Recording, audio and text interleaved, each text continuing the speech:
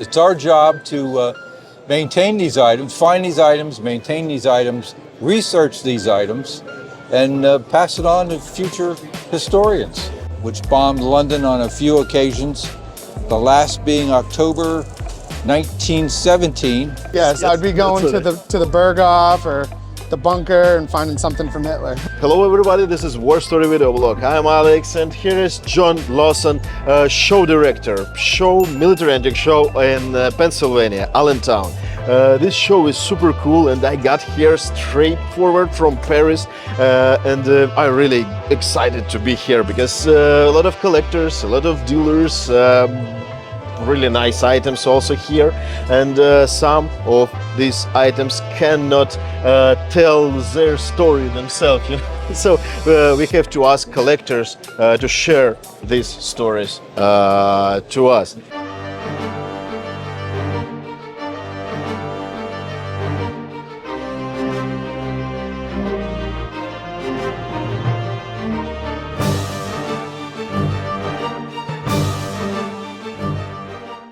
So, anyway. Yes, it's our job to maintain these items, find these items, maintain these items, research these items, and pass it on to future historians. And in my opinion, sharing these stories is most important part of our hobby. That's right. So, could you tell us about this frame, because it's like very historical piece, and I'm excited to show it. Yes, I picked this up here this weekend from a good friend of mine. It's a Oriental silk that was made for an NCO or Sea Cadet in the Imperial German Navy from 1910 to 1913. His name was Matthias Brodam. His picture. These were made for all of these sailors in the Pacific by either Chinese or Japanese. This is pre-World War I, as you can tell by the Japanese flag, the American flag, the German state flag, or the Kaiserlich Marine flag, the British flag, the German state flag, and the Chinese flag. The crown of the Kaiser and the Imperial Naval Crown. Beautiful eagle. And this is the German gunboat Tiger, or in German would be Tiger. This young man was a member of the crew of the Tiger from 1910 to 1913, at which time he had this silk made and went back home to Germany. Later on, when the war started, 1914, he transferred to the naval Zeppelin field, the German Navy Zeppelins. And they were very active in scouting the English fleets, the German fleets, and they also did many bombing raids over England and London. He was in the LZ-45, which bombed London on a few occasions, the last being October 1917, where the Zeppelin flew so high that the strong winds blew it off course. It crash landed in southern France. The crew burned the Zeppelin so that it wouldn't fall into French hands, and then the crew was taken captive by the French. He spent the remainder of the war as a French prisoner of war, and unfortunately died a few days before the war was over from Spanish flu, the Spanish flu outbreak of 1917, 1918. But this is really a historical document that documents not only the Chinese gunboats, but also the German naval Zeppelins. And so we have it, and we're going to preserve it. Yeah, that's true. This one is really impressive, and the most impressive thing, this is all these flags are still here because it's like right before the war. Right before and the war. It was not. They were all allies at the time. Yeah. Many of the Europeans, as we know, had colonies in China. And these Japanese, the Americans, especially the British, the French, the Italians, the Germans, they all had colonies in China. You can go back and watch films on the Boxer Rebellion or the great Steve McQueen film, The Sand Pebbles, which is really a good film about gunboats on the China rivers. This all kind of relates. And also, I want to pay attention on the eagle because it's really beautiful work. Because usually it's just more simple, but this one has Very elaborate. Yeah, this glass eye. Glass eye. Yeah, which is cool. And also this. How to say it? Like The feathering. yes, yes, yes. A figure is so cool. So And even the picture of the gunboat, the Tiger, which when World War I started, Japan was on the Allied side. So Japan wanted to grab all the German colonies. And so they invaded Tsingtao, where this gunboat was, and then the Germans scuttled the gunboat before the Japanese could use it. But he was gone back to Germany by that time, into the Zeppelins. And this motif is so impressive. I just got from Hamburg, and I was in Maritime Museum. It's Naval Museum in Hamburg, and there was a few frames like that. And when you see these frames, you just see the motif. You can see how nice it is, but you cannot see full description, and you cannot see full story that hide behind this. These motifs and these flags. Oriental silk. And this is a very important part of our hobby to show this information that you can read it. And you said there is a guy who can research information. Yes, we have a staff here. Forks of the Delaware Historical Arms, we do have one of our members or one of our assistants on staff who does do military research. And in the short time that I've owned this, I've only owned it 2 days, we were able to find a lot of history on this particular young officer. He was on the gunboats in China, went back to Germany, and was on the airships. Yeah, that's Zeppelins that Yes, actually bombed England and France and scouted the British fleet, U.S. or German fleets. And I have few videos with a guy from Florida who also looking for information, searching for information by names of the recipients of the swords, Imperial German swords, and this is very interesting. Sometimes you can see very interesting stories. That's cool. Thank you for sharing it. And this is a really cool show. I want to go and film something else because there are some guys with Japanese stuff here. Yeah. That's cool. Thank you for maintaining it. Yeah, we do this show 5 times a year. See our website, allentownshow.net, Forks of the Delaware Historical Arms Society. And this show is so good that I decided to go here directly from Paris just for this show. First 2 days is like most important days. Yes. Yeah.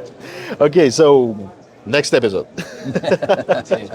For example, you have a few daggers, few SA daggers, one marine dagger and one Luftwaffe. Can you tell us why did you buy like particulars those items? Well, they spoke to me, and I've always wanted a nice Navy set with hangers and everything, so I got myself a nice Eichhorn. I've just started collecting SAs, so I want to get fairly rare makers. That first model Luftwaffe was nice because it had a unit marking on it. Just really good condition. So I try to look for. Yeah, and this one is SMF with proof mark. And which unit is that? Because you can see here. I haven't looked up the unit, but it's somewhere from around 1939. Maybe the viewers could help us. Yeah, and we can see unit marks here on the crossguard. That's nice, that's cool. Because nickel silver daggers with unit marks cost more, it's more desirable. So that's cool.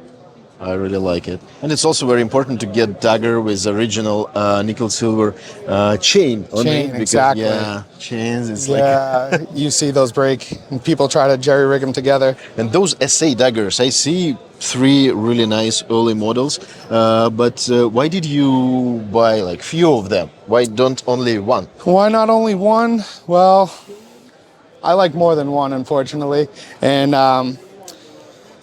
that's just my thing. I want to have as many nice early SA daggers as I can.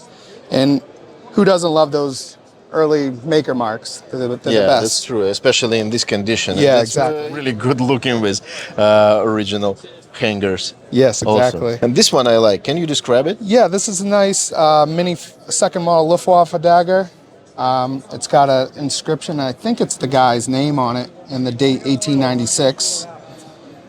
And this is also an SMF. Yeah.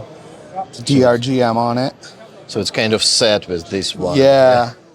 So that's cool. That's cool. That's really nice. Thank you. Is it really not for sale, or you can get the price like? We'll see in 5 years. Not for sale yet. Okay. Okay. Yeah, What do you think about prices? What do you think about prices for those items? Is it like still raising, or it's stopped? No, it seems the earlier makers in this good condition, the price is increasing. It seems like buy quality products, you get quality prices at the end. Yeah, that's true. And we have here really nice. Japanese display. Yes, Japanese display. And can you describe your items? Because I see MBTHK papers. Yeah, this one is beautiful. This one was made in 1674. It's got a thick gold layer habaki on it. Telling by the straightness, it kind of looks like Shinto, maybe Shinto. It's just in perfect polish right now. yeah. These are hard to find with papers and good polish. It's the whole set. Right here we have one of my favorite pieces. This is called the Naginata. This thing was made in 1760. It's just beautiful. It's got a nice silver habaki. And you can take this bad Larry apart. You got a nice uncut tang and a signature. It's just beautiful craftsmanship. Yeah, I like how temper line Yeah, goes up. exactly. And it's got a nice Bowie right here on both sides. These are hard to find right now. Yeah, exactly. And look impressive. So right here we have a very interesting sword. This one is signed Amahide. It has a hot stamp on it. But what's nice, it also has the surrender tag from the soldier that surrendered it after the war. If I pull this out, you'll see beautiful blade. Oh, yeah, it's kind of unusual with these spots. Yes, that is very unusual. And this one with a hot stamp. This one has Amahide hot stamp. But what's interesting about this, it doesn't have a Seki stamp. And if you really look, you could see the Hada. So I'm gonna take this for Shinsa in June and see if it qualifies for papers. Oh, that's interesting. So let me know if you get papers for this one. Yeah, absolutely, absolutely. Yes, The and next this one right here, you'll see it's a lot shorter. It's an army mount. It's got the tassel. This is an old blade. And we also have a hot stamp, a silver encrusted hot stamp. Oh, nice. And this is a 16 or 1700s blade also. And you could see the Hada on that. Yeah. Silver habaki. The polish is great. It's just a beautiful old blade. It was a family blade handed down to the soldier, and they converted it into World War II mounts. This is everything that you want to find out there. It's perfect. Yeah, that's true. Also, you have two helmets here. Can you show us? Yeah, so we'll start with this one. This one is a Navy helmet. These are very hard to find. Original net, original emblem. And then if you look on the inside, original liner, original trim straps, and maybe even be the original knot. This is a very beautiful and desirable piece. I feel the Japanese helmet. How much is it? If I were to sell it, I would have to get at least $2,000 for it. Okay. Minimum. And this one?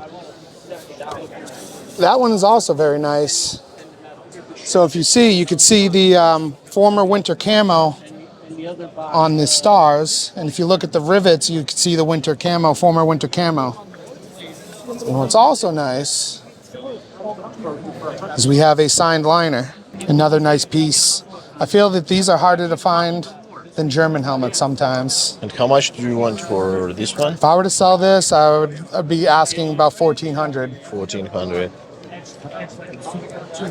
Couple American knives also here, and this one is a Kabar style, but it's not a Kabar, right? It's a This one is a PAL. PAL, Yeah.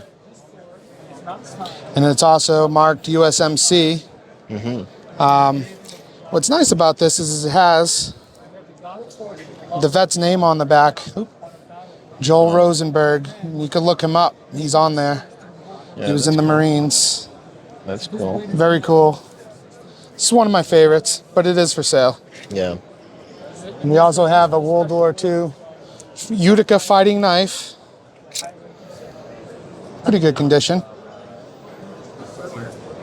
And what year of this? This one is World War II, but the scabbard is post-war. Okay. Usually it would be in a leather scabbard. And what is in this box? Because it's also kind of unusual and interesting. Yes, exactly. So this is a complete flak binocular set. It literally has everything. You got everything it mounts to. You have the little battery box. You have the wire. You have the cushion to put your eyes on, and even the antenna. And what's also very nice about this, if I shut the box, we have what used to be bring back papers, but we still got the vet's address on here from Brooklyn, Oh, cool. where he shipped it to. Yeah. And what you don't So we can check this address actually. actually, yeah, I've had a lot of people say the same thing. Yeah. Obviously. And when you find this, what you don't find is the tripod. This could be more rare than the actual flak binoculars, and Yeah. these are the ones that went with it. It's got all the right markings. Yes, and just imagine situation. You have opportunity to bring back this big box, this like tripod, and Yeah. why did you do that? Why did you can't buy like small swords, daggers, and all that stuff? Why would he do it? I don't know. He must have liked binoculars, and this was the coolest set of binoculars he ever found. I would have brought them home too if I had the opportunity. But if I have opportunity to bring something from post-war Germany, I would. I like would to, definitely not to- do this. Yes, I'd be going that's to what the Berghof or the bunker and finding something from Hitler. yeah, medals, badges, Medals, and, badges, daggers. daggers. Yeah, absolutely, absolutely. Yeah, that's true. But anyway, that's cool, and we have to appreciate his choice that he brought it back in such Yeah. complete. And how much is the set? I'm asking $2,500, but I'm open to offers. And this display is also nice. We can see like cigarette case. Oh, it's So this is actually Japanese armbands. unusual, right? Yeah, so you don't find these a lot. These are Japanese armbands. Like this one right here is Navy Investigation armband. This one's my personal favorite. Japanese Platoon Commander's armband marked headquarters with the group on this side. Oh wow. This is stuff that you really just don't find, and I got this off of a friend that was thinning out his collection because he's moving. So this is really cool too. You care for some Japanese cigarettes? Oh. And what's nice about this is the officer that had this, he scripted some kanji in there. I don't know if the camera can pick it up, but I have the guy's name and his address. I had it partially translated. Oh, that's cool. Pretty cool. Yeah, A lot of information out of off a cigarette case. that's true. And which unit he was? Is there information? Let's take a look. No, this was all just like basic information about his Yeah. personal. His name, his address, just silly stuff like that. But it's still impressive. It and is I very really like what impressive. they- But I like a samurai style suba, so this early one is exceptional. It's called Stamps of the Japanese Sword by Bruce Pennington. All this information came from this sign, but sometimes you cannot see anything. Sometimes it's too faded. Yeah.